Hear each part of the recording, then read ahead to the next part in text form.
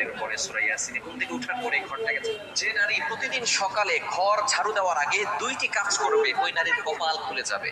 বর্তমানে আলহামদুলিল্লাহ নারীরা অনেকটা দিনের পথে চলে এসেছে, তারা এখন আলহামদুলিল্লাহ সঠিকভাবে চলার চেষ্টা করে, সঠিকভাবে চলার ট্রাই করে। আমরা বিশেষ করে সকালবেলা ঘুম থেকে ওঠার পরে ঘরটাকে ঝাড়ু দেওয়ার ট্রাই করি।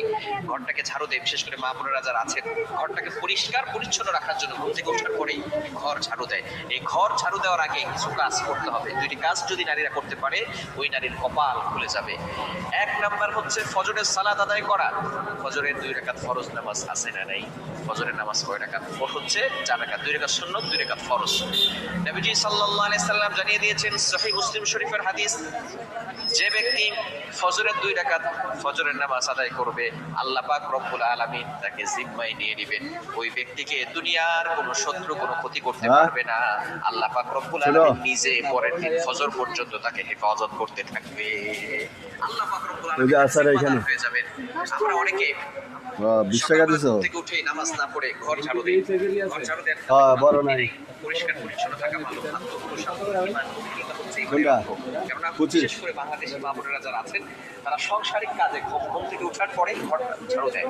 এই ঘর ঝাড়ু দেওয়ার আগে, যেহেতু ঘর ঝাড়ু দিলে অপবিত্র হয়ে যাওয়ার সম্ভাবনা আছে, যদি একটা না ভাইয়া ঘুম থেকে ওঠার পরে ঘর ঝাড়ু দেওয়ার আগেই আপনি প্রথমে ফজরের সালাত আদায় করে নেবেন। কেননা ফজরের সালাত যদি আপনি আদায় করতে পারেন তাহলে কিন্তু অবশ্যই আপনি আল্লাহর সিজদায় চলে যাবেন।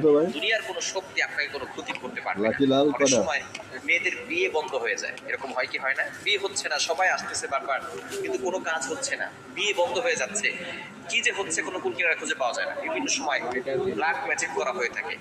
যদি কোনো ব্যক্তি ফজরের নামাজ পড়ে তাহলে আল্লাহ পাক রব্বুল আলামিনের জিম্মায় সে চলে যায়। তাকে কোনো ব্যক্তি জাদুটনা করে কোনো ক্ষতি করতে পারবে, কেননা এখন আল্লাহ পাক রব্বুল আলামিন তাকে জিম্মায় নিয়ে নিয়েছে। 15 আর 25 40 আর 12 52 সূরা ইয়াসিনের তেলাওয়াত করতে পারেন, সূরা রহমানের তেলাওয়াত করতে পারেন। সূরা ইয়াসিনের এতটা ফজিলত রয়েছে, যে ব্যক্তি প্রতিদিন সকালবেলা ফজরের নামাজে পড়ে সূরা ইয়াসিনের তেলাওয়াত করবে আল্লাহ পাক রব্বুল আলামিন তাকে সকল প্রকার অভাব এবং বিপদ থেকে হেফাজত করে দিবে। ওই নারীর কোনো টেনশন থাকবে না যে নারী ঘরের ভিতরে কোরআন তেলাওয়াত করবে। আগের যুগে যে সমস্ত নারীরা ছিল, যে সমস্ত মহিলারা ছিল, তারা ঘুম থেকে ওঠার পরে অল্প হলেও কোরআন তেলাওয়াত করতেন। কিন্তু বর্তমানে আমাদের এমন একটা সমাজ চলে এসেছে যে নারীরা, বিশেষ করে এই ছোট্ট ছোট যে সমস্ত মেয়েরা আছে, কলেজে পড়ে, ইউনিভার্সিটিতে পড়ে, আরো ছোট যারা আছে, এরা দেখা যাচ্ছে ঘুমাই রাত 12টা-1টার সময় আর সকালবেলা উঠে 10টার সময়। এরকম কিছু নারী আছে না নাই? খবরদার, এটা করা যাবে না। সকালবেলা ঘুম থেকে ওঠার পরেই আপনি নামাজ পড়বেন, এরপরে কোরআন তেলাওয়াত করবেন। সূরা ইয়াসিনের অনেক ফজিলত রয়েছে। সূরা ইয়াসিন যদি কোনো ব্যক্তি পড়ে একবার